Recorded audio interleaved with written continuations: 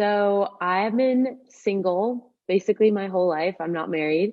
I have been in a committed relationship before, but for most of my journey and my walk with the Lord, I have been faithfully single. Hasn't always been easy, but um, yeah, I've been single for majority of my life, and there have been really high points. There have been really low points. There have been a lot of learning lessons, and still praying. So And so tell me about like maybe some of the tensions that go along or some of the difficulties that go along with being a person who's like, hey, like I'm a person in my mid 20s, like I want to be married, but I'm not married. Like tell me about some of the tensions of that, maybe the difficulties of kind of that desire in this time in your life.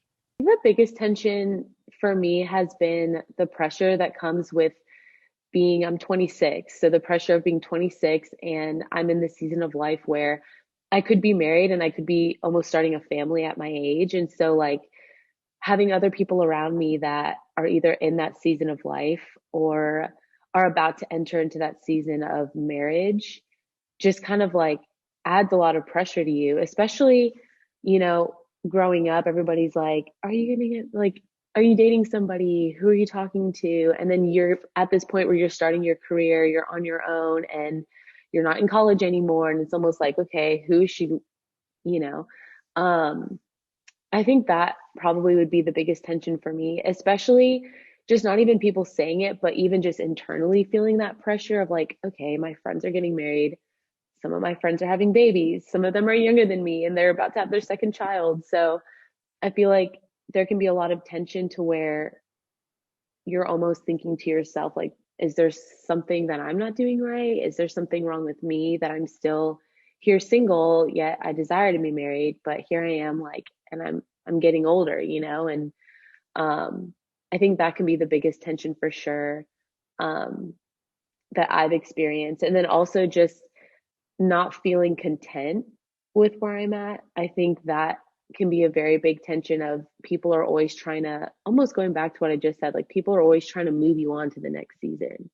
So it can feel frustrating to be content and happy in the present. And um, I think those two things have really just been the hardest for me of feeling pressured and feeling like there's something wrong with me and then feeling like I have to always be looking forward to the next thing rather than just being happy with where I'm at.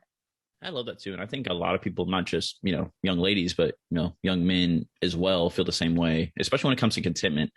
And I want to ask you about that actually. How do you Yeah. go about, and maybe you haven't mastered it, right? Like maybe you're still a work in progress like the rest of us, but you mentioned contentment, how it's difficult to stay content in like a season of singleness when it's like, I want to be married, but I'm not. But I also want to be like content in a relationship with Christ. Like, Yeah. what are ways that you remain content in like the season that you're in right now? Honestly, I believe that me just being fully invested in my relationship with the Lord and in my friendships and relationships right now have been the biggest things that have been making me content. I had a friend call me out a few years ago and be like, I was just like struggling in this area of contentment, struggling with what I felt like the Lord was calling me to do with my life. And he kind of refocused me and was like, you have your purpose and you have your calling. Your purpose is to have a relationship with the Lord and to make the Lord known to the world. And then your calling is what he's designed you to do. And when I thought about that, I remember being like, the one thing that has always, or the two things that have always brought me joy is spending time in the Word and doing what I believe the Lord has called me to do, which is ministry and doing student ministry. And so when I've fully invested myself in those two things is where I find so much joy. And that contentment can set in because I'm like, okay, Lord, I can be happy with you and with you and what my words and with what you've called me to do. So I feel like those two things have really just helped me be content and also just not surrounding myself with people that, you know, are in a negative mindset about that season of life and being around people that are encouraging me and pushing me and cheering me on. I think those things have really just brought me to a really solid place of contentment. And not saying that there aren't moments like or days where I feel like, oh, I wish it was different. But to remain content through a season, it's really been just diving into the Word of God and spending time with Him and just like fully devoting myself to what I believe He's called me to do. So, yeah. I want to take you kind of off the path we had a little bit sketched out is, you know, especially when you mention contentment and just kind of being where God has put you, right? Like focusing on ministry and doing what God has called you to do. How do you handle conversations with people like who want to move you forward? Like who are like, when's marriage coming along? Or like, you should marry this person, or like, have you thought about this? And like people who are like actively like trying to get you married. How do you handle those conversations? I know there's a lot of people listening who I'm sure run into those types of conversations with family members, friends. Like, how do you handle those types of talks? Most of those conversations actually come from my parents, which is so fun to try and navigate, especially my mom. I love her. Um, but yeah, the way that I kind of just navigate those questions is I just, one, try to show them through my actions that I'm very happy in this season of life, that there's more to my life than just being married. Obviously, I know that the Lord has created marriage and it's a beautiful thing, but then you have Paul in scripture who's like, I wish you could be the way that I am and, find joy in just this undistracted devotion to the Lord. And so I try to show them one through my actions. That way those questions don't get brought up so much. But then two, I also like through just telling them that like, look, like I'm in this great season of life where the Lord is doing this and doing that, and He'll bring that person at the right time. And it sounds kind of cliche because I feel like everyone has probably said that, but when it's really coming from a sincere place, people are like, wow, like that's great. I'm really happy for you that you're in this place. And because I'm not, it's almost like I'm not lying about it, they can see the joy of where I'm at. And then when I say it, they're like, I can believe what you're saying. And so I really just say, like, the Lord has me here. If I couldn't imagine myself being in that season of life when God is doing so much here. And then you almost like invite people into what He's doing in your life currently. And then they're like, well, that's actually really great for you. I'm really happy for you. So that's kind of how I navigate that conversation. Obviously, it depends on like how they ask it or who it is and how deep I'll go into it. But yeah, that's kind of how I would just approach that. Question for you too. I love that, and I love how you navigate those conversations, and those conversations are a part of just being a single person. Is that everybody wants you to get married? But I want to ask you too. The Bible talks about, and I know this for myself ever since I've been married, is like he who finds a wife finds what is good. But I also would say like he or she who finds time finds what is good as well. And when you get married, you lose time. And that's just the reality, right? That's why Paul, as you mentioned, talks about like, I wish you would just be as me. Like, I wish you would just be single like I am, because Paul was able to focus, to lock in on kind of what God had before him. So I want to ask you, what advantages do you think are there for someone who is single? Like, how have you honored God in your singleness, and what are some like insights you've gained in that? So I remember 4 years ago, wow, I can't believe it's been 4 years ago. I left Liberty and I moved down to Georgia, and I was in this place where I was so discontent. I had no idea what the Lord had for me. I went to a school that was putting so much pressure on getting married, seeing friends that were like, I need to have a ring before I graduate. Um, and I remember getting here, and Ben Stewart had just released his book, Single, Dating, Engaged, Married. I think I've read that book like 3 times. And I remember reading the singleness chapter, or a few chapters that he has in there. And I had never seen it written out when he said that our singleness is the one time in our life that we have an full, undistracted devotion to the Lord. And I never thought about it that way. And I was like, undistracted devotion to the Lord. And I was like, but I mean, even if I was with somebody, I'm still going to focus on my relationship with the Lord. And then as I, read more into what he was saying, it's really true because our mind is already divided by work, school, family situations, and then throw another person into it and then a family into it on top of that. Like our brain is going to go everywhere.